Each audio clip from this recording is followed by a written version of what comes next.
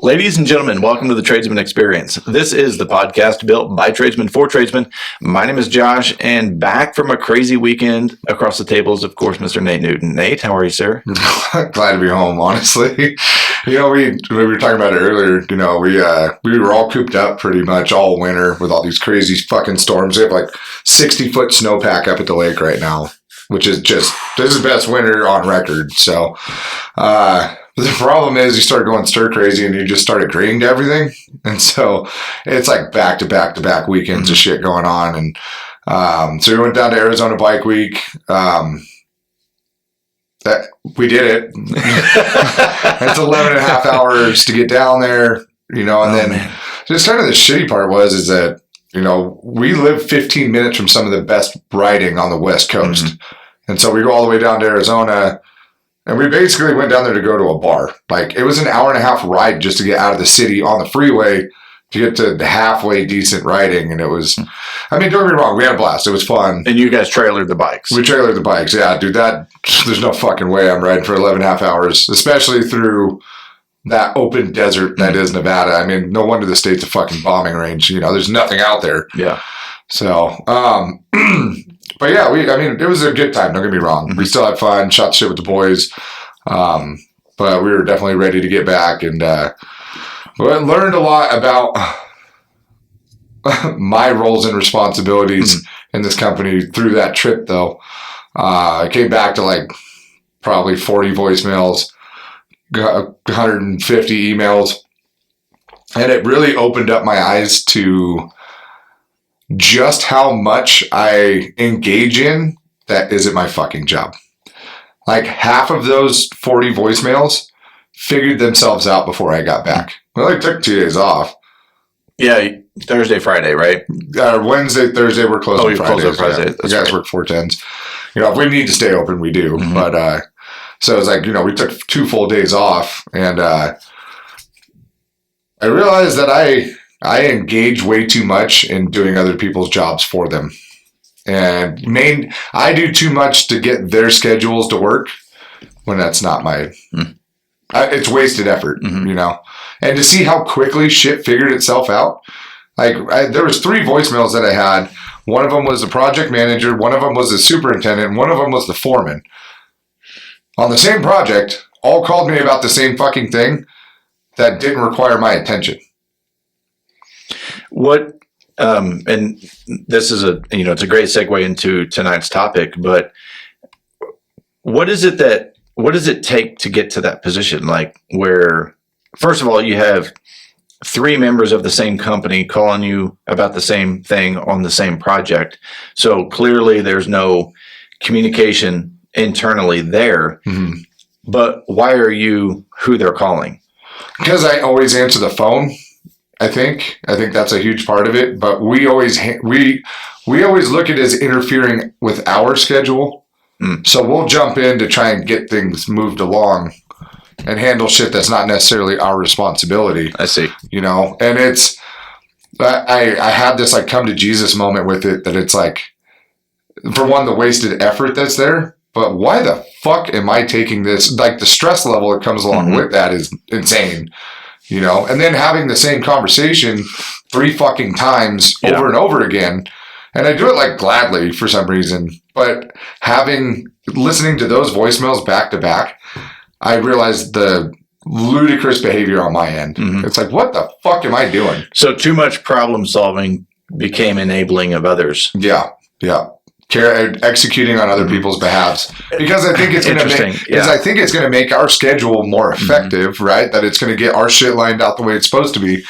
Well, it fucking doesn't. These people still have to do their job, but I'm being a shot caller for them, right? Yeah. To put a little bit into perspective, it's part of what was happening is you were involved in part of the design of this project when they had paid an exorbitant amount of money, $180,000 for the architect and an engineer, and they were relying on you to basically correct the mistakes that they had made with the design. Right. And I mean, that's a really interesting kind of dichotomy, because you want to have a good relationship with the architects, the engineers, the GCs, where your input is valued, but it needs to be held as input, not the problem solving. Right. And, as you're talking and I'm thinking about that, if that was internal, we would just call that the easy button. Right. You're just being the easy button. Yeah. Which is why going from commands to questions internally as a leader is important. Instead of just giving commands and telling people what to do, you ask questions and you encourage them to come up with a solution. So I think it's interesting that you created that expectation Yeah. with the architect and the engineer, with the people that were doing the steel detailing, right? And with the general. And everybody was kind of funneling through you. Yeah. I was the conduit for this whole thing. And Right. So it's interesting that everyone, including you, allowed you to be in that position. And I don't get paid like a fucking general contractor, Right. Right. Yeah. So I you actually brought it up to me when we started talking about having conversations about roles, responsibilities, and expectations with your clientele. And you were like, and it was fucking brilliant because I've seen it happen multiple times this week since we had the conversation. But it's like, you got to ask the questions, because the moment they go to answer it, once they verbalize it, they realize just how fucking stupid their answer is. And I've watched it in people's faces. So why are we doing it like this? And they're like, oh, because of, oh, fuck. They won't even finish the fucking statement. And they normally don't. And now I'm not the one on the hook for making the statement. All I did was ask a question, and now your stupid fucking response sounds like a stupid fucking response once you verbalize it. It's weird how we process information in our brains as opposed to when it comes out of our fucking mouth. 100%. Yeah. Yeah. As soon as you verbalize it and it goes back in your ear, into your brain, and now it's structured, it's comprehensible, and it's not just muddling around inside of your thoughts and brains and creating this false desire and expectation. And then you start to attach a narrative to it of this must be the right way, the best way. When you verbalize that, it clears all of that bullshit away. And you realize exactly what it is that. Well, now you're accountable for what just came out of your mouth, right? Yeah, exactly. And so the conversation that we're going to have tonight, segueing off of all of that, is the roles, responsibilities, and expectations of the client. Now, that client might be the homeowner. It might be a general. It might. Project manager, superintendent. Right. Like, who is it that you're reporting to and or communicating with on this project, and how and what are you doing to best understand what their role is, what that line in the sand is for your participation? Because like you said, you didn't only just cross that line, like you couldn't even see the line anymore. Right. And you created this high level of codependency of your participation in this trifecta of decision makers that ultimately didn't make decisions. Right. So it's like, how do you get there? Well, and it's kind of crazy because it doesn't start that way, right? It's you give people an inch, they're going to take a mile, right? And it slowly kind of manifested, and it was like, oh yeah, I'll handle that. Yeah, I'll handle that. And I never once thought about what my roles and responsibilities were within it. It was just, it's easier to define everybody else's roles and responsibilities or to define them within your own company, but to define that shit with the people that you work with, that's, it never really crossed my mind until a couple weeks ago, right? And it's like, well, all of this stuff is just about communication. And if you're not communicating what your intent is, it's like, hey, when we show up on your job site, this is where your shit ends and our shit begins. And this is where our shit ends and then somebody else is picking up and moving on. There is such a lack of clarity between all of the different generals that they all do it differently, right? So for us to come in and have a structured set of like, okay, this is what we take care of. This is what we're going to need from you in order for us to do that. We good?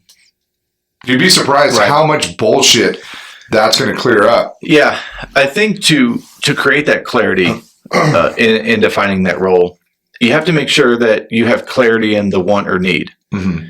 And again, whether that's a general or homeowner or so on, once you understand clearly what their want or need is, so you know really what their expectation of you is, which is really how this normally goes, right? Mm-hmm. Generals, homeowners, like everybody, it's like top down. Right. You got to make sure you've got your shit together. You've got to make sure you've got your things. And it's like, well, what about you? Mm-hmm. Like, the top down approach doesn't work, but I think it's easier to define and clarify those roles once the want or need and expectation Mm-hmm. is defined and clarified first, because now you get to compound off of that and you say, all right, this is the role, this is what we're doing to fulfill what it is that you want or what your expectation is. And with that clarity comes schedules, Mm-hmm. change orders, Right. level of participation in communication with other subs, is because there's always some overlap. Mm-hmm. Right? The concrete guys, the framers, the steel guys, the plumbers, the electricians, there's always some overlap, and there should be good communication. Right. But if you don't know exactly when and where and how you're supposed to fulfill your role, that's simply because the people that are orchestrating this whole thing don't really know what their role is and Mm-hmm. how it impacts and directly affects the inefficiency of the whole project. Right. Well, I mean, do you know how many fucking pre-con meetings we go to and none of this shit comes up? Yeah, that's interesting. Like, too. what is the point of a fucking pre-con Mm-hmm. meeting if we're not doing this? And when I go to most of those pre-con meetings, I'm sitting in there just like not wanting to be there. It's Mm-hmm. like kind of like a dick measuring contest. And they're, well, we do this and we do this, and it's never, we're going to do this on this project. It's like, before we've done this. And it's non-committal, right? They're not saying that they're going to do that. They're just saying, we've done this. And it's like a display of, it's like peacocking pretty Mm-hmm. much, half of these pre-con meetings. So it's just kind of, I don't know if that's just in the subcontractor world, that's what pre-con meetings look like. Like, I'd imagine pre-con meetings between the general contractor and the owners. I'm sure those are a lot different conversations, Mm-hmm. but they're also taking on the liability of the entire job. So they don't really get to, you have to build the whole thing. You don't get to just build half of it and walk away from it. Yeah, you said taking on the liability of the whole thing. I think if there's not clarity and there's not definitive roles, yes, at the end of the day, they're still taking on the liability, but they're not assuming the responsibility. Right. Right. So it's really easy to point the finger Mm-hmm. when you don't have clarity. Right. Well, so because I'll put it this way, we went out just recently, did a job walk on 2 fucked up jobs where shit's gone sideways on them. And I brought this up. I'm like, hey guys, I want to define clear and concise roles, responsibilities, expectations. Everybody just kind of was quiet, like nobody really jumped in. And, I was like, well, here's what we plan on doing. And I brought it up again. I need to know what your roles and responsibilities are. And it kind of just kept getting swept under the rug. And then we were talking about something else, and we had fucked something up on a job. The detailing had gotten fucked up. Not on one of these 2 jobs. No, not one of these 2 jobs. It was on another one. And one of the guys looks over at me and he's like, oh, is that part of your roles and responsibilities? And kind of like mocks me about it. And I'm like, do you want to fucking do this job properly or not? I don't understand why this is so difficult to define these things. Mm-hmm. Like, I would think you would want this level of clarity. And that's when it hit me. I'm like, it's because other people don't want to have their responsibilities defined. They want to be able to have their wiggle room to point Mm-hmm. fingers and go, well, you should have picked up this or you should have known that. Mm-hmm. And it's like, well, we tried to discuss that and you scoffed it off. So that way you had a scapegoat. And I think it weirds people out to have their shit defined because they've spent so much time dodging the fuck ups Mm-hmm. that they haven't really had to answer for them. Yeah. And, shifting accountability it seems like in the construction world is pretty popular. Oh yeah. Finger pointing all day. All the time, because the people that answer to the client don't want to ever be perceived that they're the one making mistakes. Right. So there's a lot of finger pointing. But you would actually better serve that client if there were clear clearly defined roles. Mm-hmm. And when you take the role of a subcontractor, it is part of the responsibility of that subcontractor to communicate with that superintendent Mm-hmm. and to continue to work of what the expectations are. For example, a schedule. Right. Really working to understand and say, hey, what is the schedule? What's the 3-week look ahead? What do you guys, tentatively, where are we at? Mm-hmm. And equally, it's the responsibility of whoever is running that project. Again, whether it is a homeowner, project manager, superintendent, to understand that that is part of their responsibility, and the part of their role is to orchestrate this moving machine and line contractors up, line subcontractors up, get them to communicate with one another. And I've worked with contractors too, where they literally call and go, "Hey, we need you here tomorrow." Mm-hmm. Sure, you fucking do. Right. It's like, well, if that's how you are playing this game, if that's how you are fulfilling your role, Mm-hmm. is that you don't want anyone included in the decisions that you make, but your expectation is you say jump, they say how high. Right. You expect to not be questioned. Mm-hmm. And to have that, to have that crazy fucking ego, first of all, Mm-hmm. right, is toxic. And I dealt with it too. And they're like, "Hey, we need you here tomorrow, or we're going to cover you up with drywall." I'm like, well, we'll kick your drywall down. Yeah. Have fun putting it back up, dude. Right. I'm not putting it back up. Right. But it's like, I want to know what the role is. I want to know what you are responsible for. Mm-hmm. Again, where is the line, and then where is the overlap? Well, dude, I can't even remember the last time I got a tentative schedule. And that's between commercial, residential, Mm-hmm. custom homes. I can't remember the last time a GC sent me a fucking schedule. Mm-hmm. And so that right there, you know how much of a time suck that is on me? Mm-hmm. Just making phone calls to figure out, hey, when the fuck are you anticipating us showing up? Like, why? And we understand that schedules go out the fucking window the moment you make them, but that doesn't mean we can't at least try. If you give us just a couple week period of like, hey, we're probably going to need you around here, Mm-hmm. and then we fine tune it as we get closer to it. But some of these TI projects that we've been on, they sent out a schedule, and then like the first week, that was the last time we ever saw anything. Mm-hmm. It was just like, oh, figure it out, And then you got steel stud framers on top of us, on top of electricians, on top of plumbers, and we're all working in the same 60 fucking square feet. Mm-hmm. That's hectic, And Yeah. And by the way, your 60 square foot example might be in a 30,000 square foot warehouse. that it was you've seen that Yeah, project. I've been on you that were project. there, yeah. And we were all on top of each Everybody other. was stacked up Yeah. in one corner of this fucking building. Right.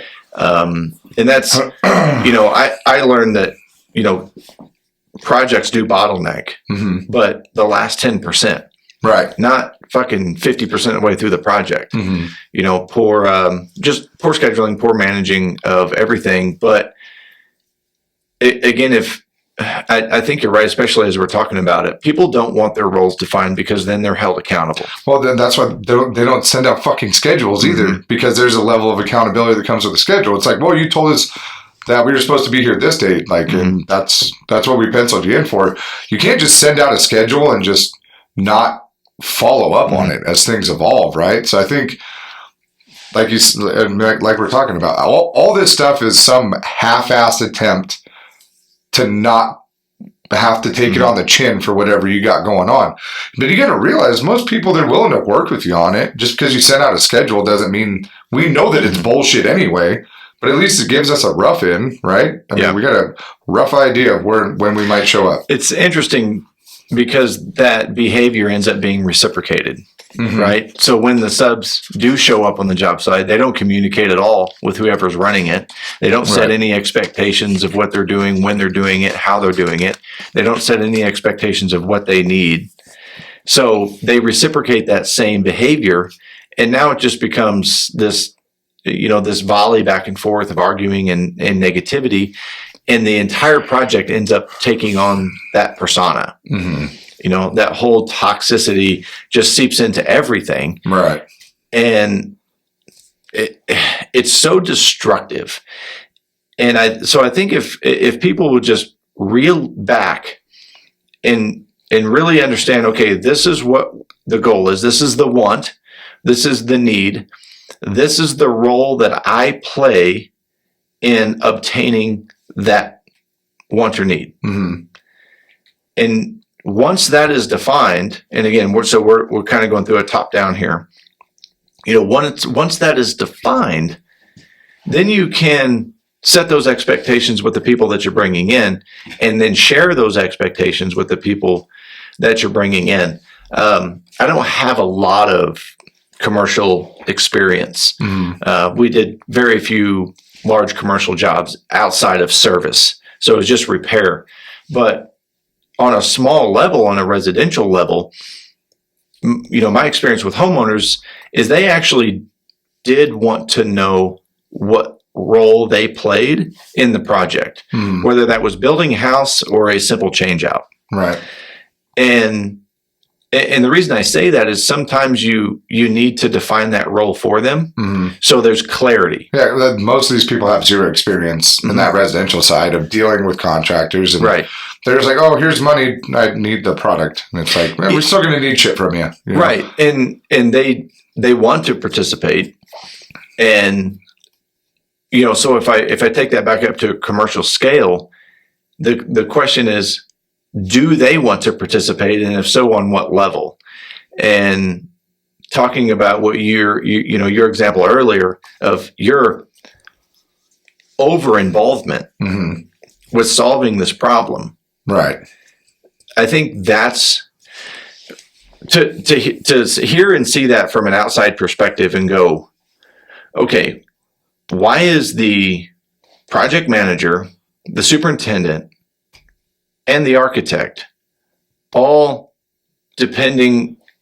Their decision is solely based on their ability to communicate with a subcontractor that has a level of involvement with X with this problem. Well, like, why is your structural steel guy involved in your design? Yeah, that's my Like, point. at what point did that become, like, Right. where did I fuck up along the way to make that, it just happened little by little, and then next thing I know, I'm balls deep in this, calling the architects and engineers, and the steel detailers are coming up with pretty much all the fucking connection details, and I'm like, well, how did we get here? Like, and it's me, right? I fucked up.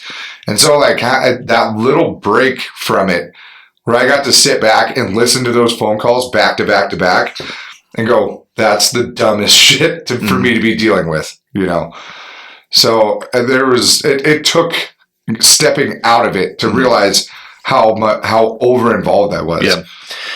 That is one thing that I appreciate about some of the graybeards, some of the old school contractors and subcontractors that I've worked with. I feel that they were really good at just saying, nope, that's not our job. Yeah, not gonna. Nope, we don't have anything to do with that. Or yes, but we're going to write up a change order, or we're going to create that as a separate part, and we're going to write a proposal up for it. My experience is they didn't have any problem drawing that line in the sand, right, and showing up on a job site and looking at steel plates and going, "Oh, those are in the wrong spot. Call me when they're right," and they just fucking leave. And there's zero involvement. Right. Well, because a lot of this stuff for us too is that we get all the steel detailing done. We send the detailing out, and we anticipate the general contractor to deliver that to the framers, to the concrete guys. Because these are approved shop drawings that were approved by the engineer and by the architect. And it's like, this is exactly where our steel needs to go. So, because the thing is that once they get their stem walls poured, they want steel now. They want to get moving and get this fucking house built. Well, if you want us to wait to pull field measurements and come in and build the shit after your stem walls, you're going to be waiting a couple weeks before you get your steel. So, if your project manager or your superintendent is out there with our steel detailing and watching the pour and double checking to make sure that they're putting the anchors where they need to go, that means our steel comes in. But a lot of the times the superintendents are allowing the subs to run the job, which is not the way to go about building these houses. The superintendent needs to be double checking, running QC as things are going along. when they're just like, oh yeah, here's the job, they're ready for this, and you make a phone call and they go out and do it, that's not a quality superintendent. Mm-hmm. They got to be boots on the ground, especially concrete pours. The rest of your project is dependent upon those stem walls going where they need to go and all the anchors going where they need to go as well. So when people don't do their job on that end, it turns into these gigantic clusterfucks, right? So how do you take accountability for what you're responsible for, but do it in a way that's not enabling? I think having those clear and concise responsibilities where when you show up, you're like, here's my cutoff. This is what we need from you. This is what we're going to do when we get here. And then this is where we're going to end. I think but then again, if something gets fucked up along the way, what are we doing? Sitting around waiting for somebody to fix something? Or are we adjusting our shit? You know, if they set the anchors too spread out, we can't stretch that fucking beam, right? So, I mean, but I think, you know, once that fucking superintendent's got to be there to run the interference on that shit. Because, I mean, like I said, we haven't seen a schedule on any project in fucking months. So it's like we don't even know when the concrete's getting poured. They just call us like, hey, concrete's done. We need you guys to set steel. Okay. And then we show up and all of our anchor bolts have been cut off. And we're like, what the fuck? I know that was a very unique situation.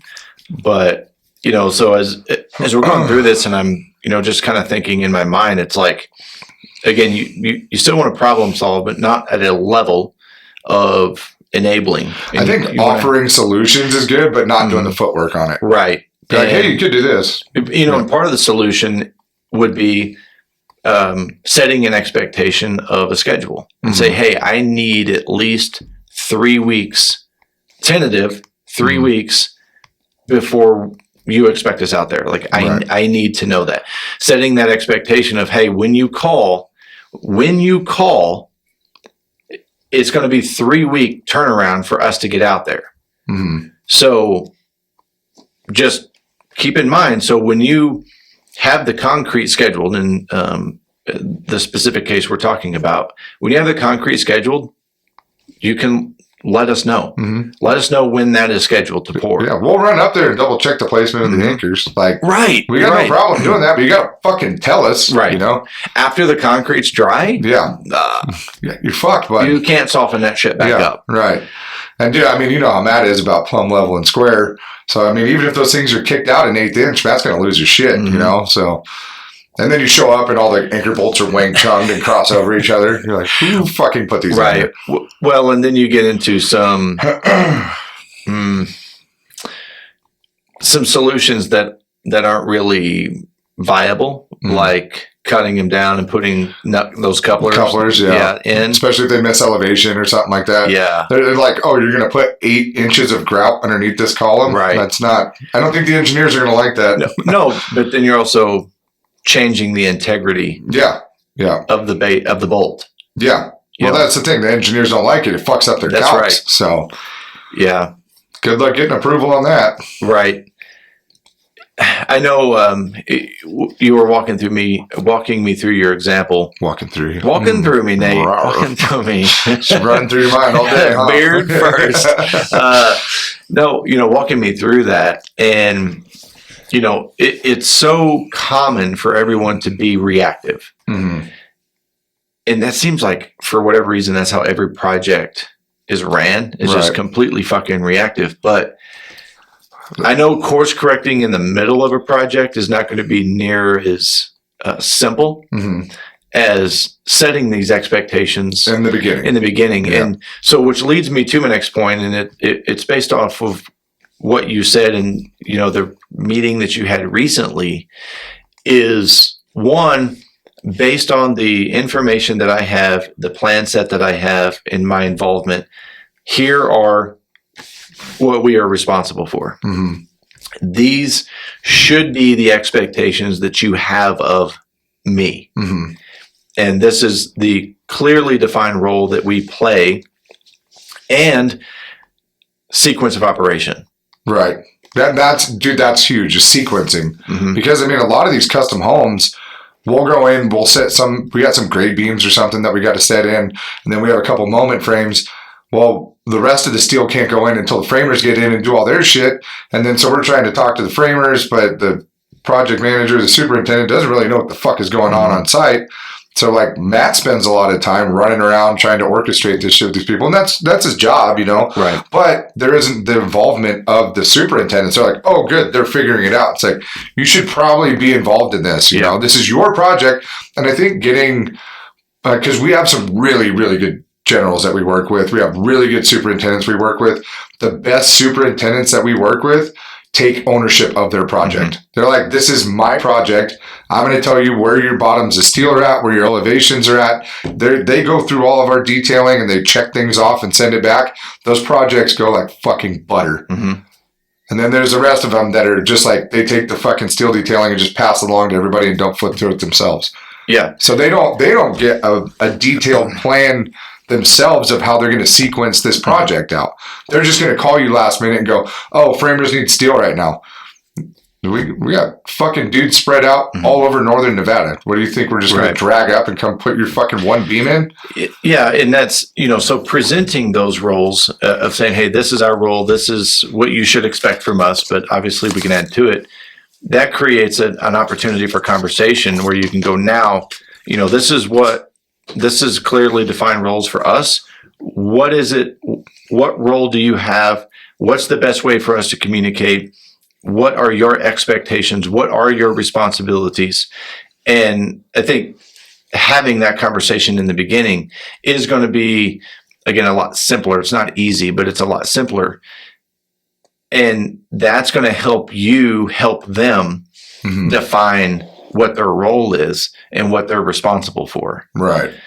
The amount of people that don't ask themselves these questions, what is my role? Like as a superintendent, what is my role here? What am I supposed to be doing? Do you really know what your job is? Right. Do you think you're just calling subs and dispatching them? Yeah. Because I'll tell you right now, that's not your fucking job. We had there was a drill bit factory back where I'm from, and I always wondered where those were made. These were like the 5-foot mining bits and stuff. Oh shit! And it was a really, really cool factory. They had some pretty amazing CNC machines, and they decided that they wanted to put air conditioning in the factory, which is awesome, right?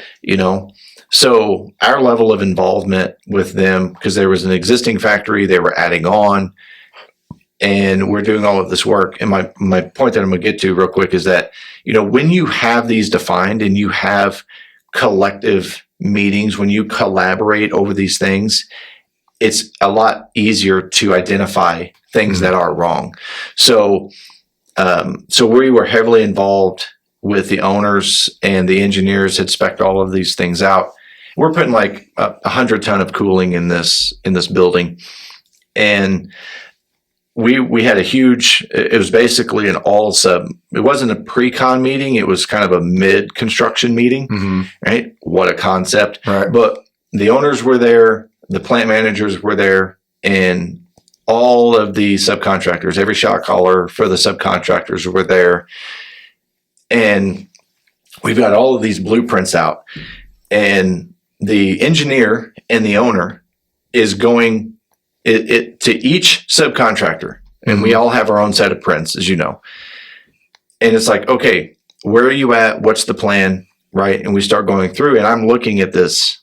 I'm looking at my set of prints, and just like when you talk welding, some of this will be gibberish, but there were these huge ovens that were going inside this factory, and there was like 30 flue penetrations or something going through the roof. But this one particular oven had to have fresh air brought in. And they start talking about, oh yeah, we've got to bring like 6,000 CFM of fresh air. And they start talking about just, cutting an automated vent in the side of this exterior wall to bring this fresh air in, which made sense to everybody. So I take my set of prints, and I kind of go out of the group, and I'm looking at everything, and I come back and I said, hey, first, there's no fresh air vent spec'd on the plans at all. Right. Which means this machine is going to suck a huge vacuum on the building. By doing that, it's going to suck out all of the air conditioning Oh, shit. that we're putting in. Right. So the idea of the wall vent, I said, well, if you do that, yes, it'll eliminate the vacuum problem, but you're still going to suck out all of the heat or all of the air conditioning in this building every time it kicks on. Because so basically what it meant was the amount of airflow that had to be drawn and pumped out this flue was equivalent to the amount of airflow that the air conditioner would. Yes. Yeah. You're creating negative pressure. So almost. it ended up being a wash. My point to that story is everybody was like on board to solving it. And not one time did they go, well, you're the HVAC guy, you figure it out. The engineer goes, shit, right? Because you could, Right. they were like, how the fuck did we miss that kind of thing? Right. But he completely assumed responsibility. He knew exactly what his role was. Right. I knew what my role was. My role was to. All you did was you go, hey. I was like, I have a question. Yeah. Shit ain't adding up, bro. Yeah. I'm like, this, never mind the fact that also, just to dive into the technical side of it a little bit more, it was going to put a negative pressure in the building and pump all of that flue gas back into the building. Oh, shit. So all of the flues were going to end up venting inside the building, which means everyone's dead. Yeah, right. Right? It's just like You just saved everybody's life, Josh. massive carbon monoxide, Right. Problems. But it was really awesome to see because there was zero finger pointing. Everybody knew what their role was, and they were just like, "Yep, we'll figure this out." Really hard to finger point when everybody's standing there. Everybody was. Most of these motherfuckers are chicken shits. They'll point fingers behind people's back, and then you go see them on the job site and be like, hey, dude, I heard you blamed us for this. Oh, no, that's not what I said. Right. Yeah. So it was a really, really neat experience. And I mean, we're talking about a very specific high-end company. There was only like 3 of these plants in the world. Right. And but to have that confidence, in knowing what my role was and being able to bring up what is not even a potential problem, but a red flag, to be able to bring that up to my what would be my superiors or my client, it was a complete game changer. Right. Because the conversation ended up going, hey, we will design this and then we'll send you a set of plans. And then my client was like, yep, we already know that you're going to have to bid it. Right. It wasn't like, oh, is this included? You should have figured this out. Right. It was so clear and concise that it made the entire job easier. Yeah. Because then I left that meeting going, all right, I'm going to keep focusing on what I need to do. And then I'll worry about that when they tell me. When it gets there. Yeah. When it gets there. Right. You're not standing around with a dick in your hand, umming and on. Right. Well, I don't know. What should we do? I also didn't allow it to derail everything else that we were doing, which I think a lot of people that focus on the problem, not the solution, will do. It's like, well, we can't fucking finish what we're doing until we figure out what we're going here. Because, if they're not going to use us to do the bid, there's no sense in us finishing. It's like, whoa, Yeah. easy, Scooter. Right. Slow down. Yeah. Do what you're supposed to do. You're still going to get paid for the shit you're doing. Exactly. Yeah. Exactly. But so I got to experience that on a level where it does work. Where having those clearly defined roles, having meetings. I'm still trying to navigate. I tried it once and it didn't go that well. So I'm going to take another run at this and figure out, you got to read the people, Right. And I mean, it's kind of crazy when you deal with, especially like custom home builders up at Tahoe. They all operate completely different and they all have very different personalities. It's like, you kind of walk into an industry and you expect welders to be a bunch of arrogant fucking pricks, which we are. That's fair. But then you get into the custom home builders and they're all very, very different. So trying to read them and trying to navigate how to have this conversation, I just got to have one go right to see how it goes, What's interesting though, is if we're to peel that all the way back to the 2 secrets of business, which one we've discussed, identify the want or need. And number 2 is relationships. The quality of relationship that you have with that client is really going to dictate how well that conversation goes. And if you have someone where if you don't have a trusting relationship, what are they going to do? Exactly what you experienced. Well, this job, right now, they're keeping score to support their own ignorance and their own argument. If you have a quality relationship with your client, again, homeowner, superintendent, GC, PM, whatever it is, that quality relationship where they really understand that you are out for the better interest of the project just and the want to do client. the fucking job. You just in the amount of time that we said we were going to do it, and be able to deliver on what you promised. And so I think, like, again, to kind of peel that back, it's like, all right, I need to make sure that I do have a good relationship with this client, and part of that comes out of the gate setting expectations. And some of those simple expectations can be, hey, I like to err on the side of over communicate, which means I'm going to ask a lot of questions because I really, really want to know what you expect of me. And I really, really want to understand what I need to expect of you. I'm going to annoy the shit out of you with this. 100%. Yeah. So breaking that all the way down to the very beginning and setting that expectation out of the gate, I think, it's like changing that direction just a few millimeters. And then when you get a mile down the road, it's thousands of feet difference, right? Right. Setting that out of the gate and then following through is really going to be an integral part on developing that relationship, because everything that we're talking about is how most people experience work. And other contractors, subcontractors, PMs, supers don't err on the side of over communicating. Right. It's all reactive communication. So I think that that's where you need to start. And if you are in the middle or involved in a project, it's okay to come to a full stop real quick, course correct, and go, okay, what we've done to this point isn't working. I am clearly not communicating. I'm going to take ownership of it. I'm clearly not communicating in a way that you and I can best work together. So I need to know what it is that you expect of me. And this is what I expect of you. And I got to make sure that those two things align so we don't get through the rest of this project fucking hating each other. Right. Yeah. Because that's usually where it ends up with most of these fucking jobs. Because here's the thing. You look at everybody that we've talked about, client, whether it's a multi-millionaire, multi-billionaire building a custom home, PM, superintendent, GC, all the way down to a normal homeowner. You peel those labels away. They're just a human. Yeah. Yep. They're just a person. How would you best communicate with another person? Right. It's not that difficult. It's really not.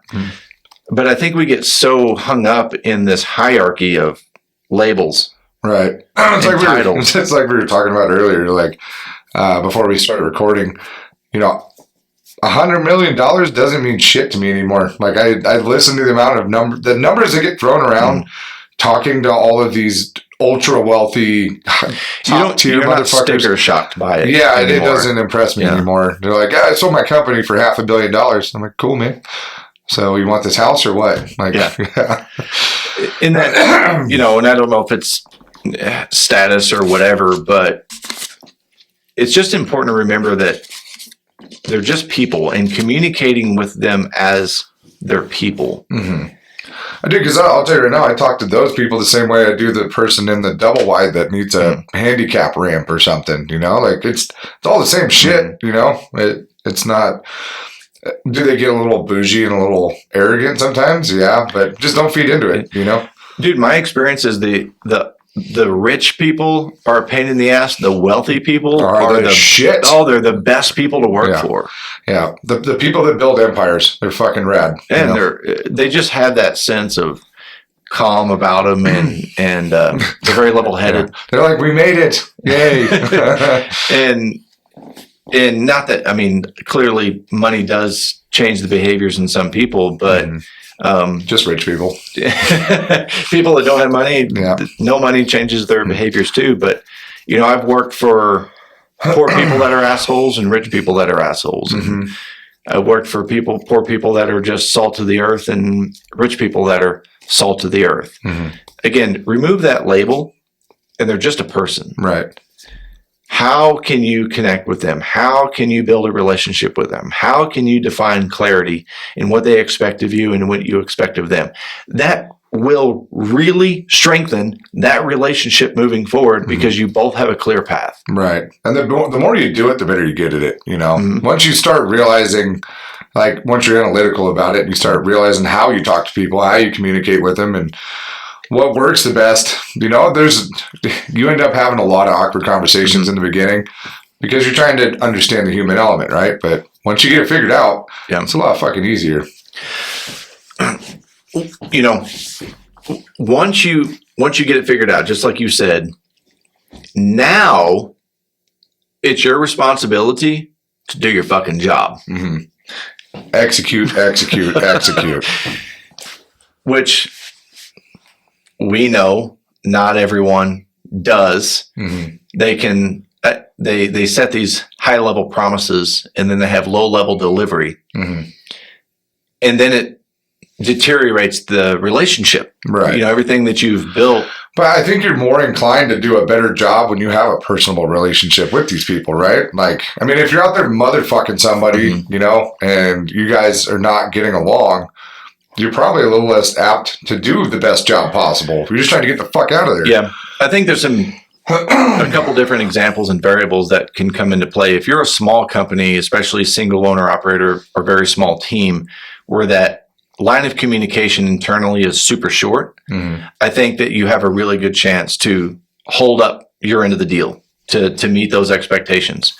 But if you have a company where the people selling and managing the work and the people doing the work, they don't have a good relationship internally in the company, and there's not, there's not good systems of transferring information, then when they go to the client, you get two completely different experiences. Mm-hmm. Right? So the client is like, yeah, this is what we agreed on. This is what I like. We understand one another.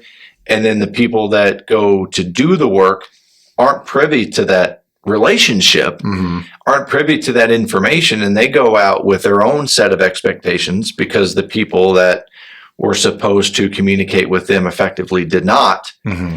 Now they start to tarnish that relationship. So you get into this system of overpromise, underdeliver, and then the people are like, "Well, why is this the result?"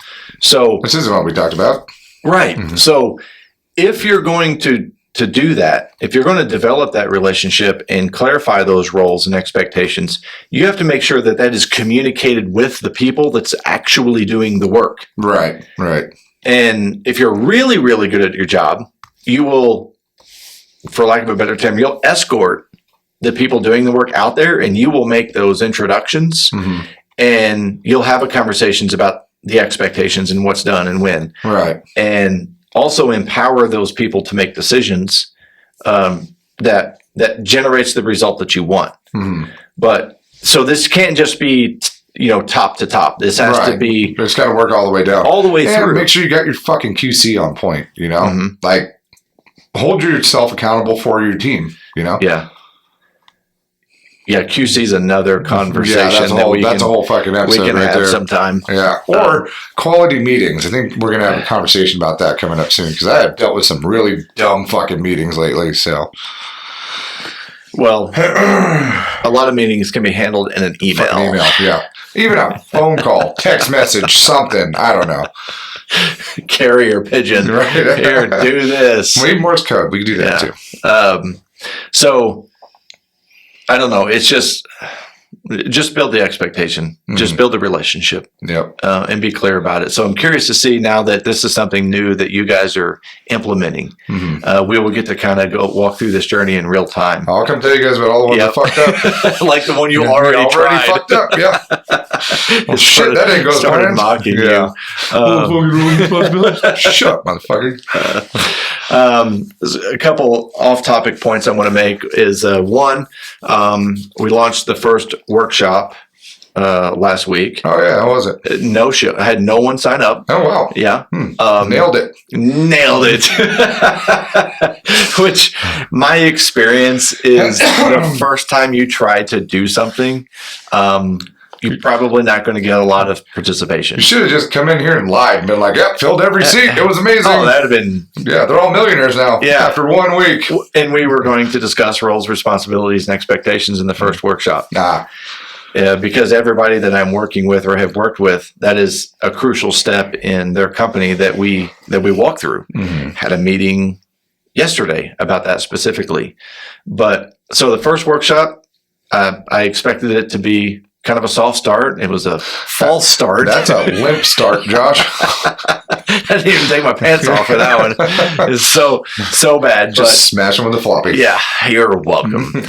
But we are going to launch another workshop April. I'll put all the dates and everything up on Instagram and then share it on here because I've got to decide if I just want to stick with roles, responsibilities, and expectations until I get someone to sign up. Well, we just discussed how everybody's afraid of that. Yeah, it's so simple. Yeah. But I wanted to really brag about my first workshop. Being a good boy, cowboy. Yeah. But the other point that I wanted to make is when people take time out of their life to share something with me, I'm always grateful for it. Mm-hmm. Like all those dirty, dirty stories that I've told you along the way. All of them. The Do Your Job episode struck a lot of conversation. Dude, I'm not going to lie. I got a kick out of it because you were like Alex Jones in it for a minute. This is why the frogs are gay. you got passionate about it. You got pissed. And I was like, yeah. I mean, because we all feel that. We all feel that pinch all the time, you know, and especially if you're in any position of leadership, it's like, just do your fucking job. God damn it. It seems so simple. Yeah. You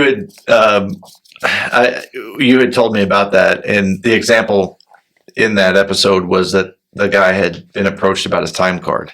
God, just the dumbest fucking shit, I swear to God. So a piece of that information that I didn't have in that conversation was his continued response, because that was not the first, second, or third conversation that this owner had with this individual about his time card. Jesus. And his response was, man, I'm just not used to it. I never had to do that anywhere else I worked. What the fuck? That was were you his working? response. In a dumpster?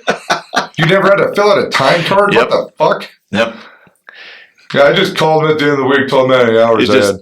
I think it was production work or factory work, and it's kind of a clock in, clock out at the end of the day, and you don't have to worry about your time. Oh yeah, you have to track your time. But that was his excuse. Yeah, that's not a good one. It's not at all. No, it's not at all. Fill out your fucking time card, or quit, Nancy ass motherfucker.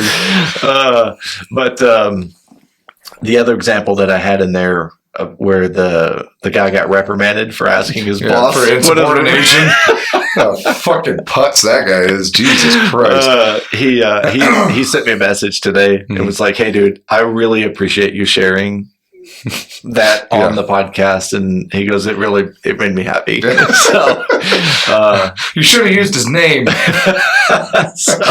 But he's still getting reprimanded for something else. He's like, his manager just think you need to go ahead and jump ship on that one, bud. Yeah, isn't that the truth? Yeah. So, but I got a lot of really interesting feedback, and that's why I wanted to bring it up. Was I think it kind of supported what I was thinking, and a lot of the feedback that I got was, yeah, I guess I haven't been strong enough, true enough to holding people accountable. It's leadership's fault.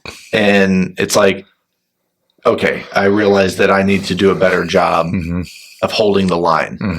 And I was like, that's fucking awesome. That's what I was looking for. That's what I was looking for. Because again, you and I have talked about this. We have a tendency to kind of make this sound easy. And it's not. Because we're in a completely controlled environment. Talking about it, completely removed from any situation? I'm thinking it's just because I'm amazing and I do such a stellar job So- that So that was my second point. Was the first point is you're amazing. Yeah, That okay. was, but I was building up to didn't that. want to see you Yeah, gloss that's- over that, you know. I mean, so. especially when I go a week without you in Yeah, here, and I just feel so You're just alone. lost. Yeah, no wonder you're so angry on I that just last one. So lost. I was just yelling.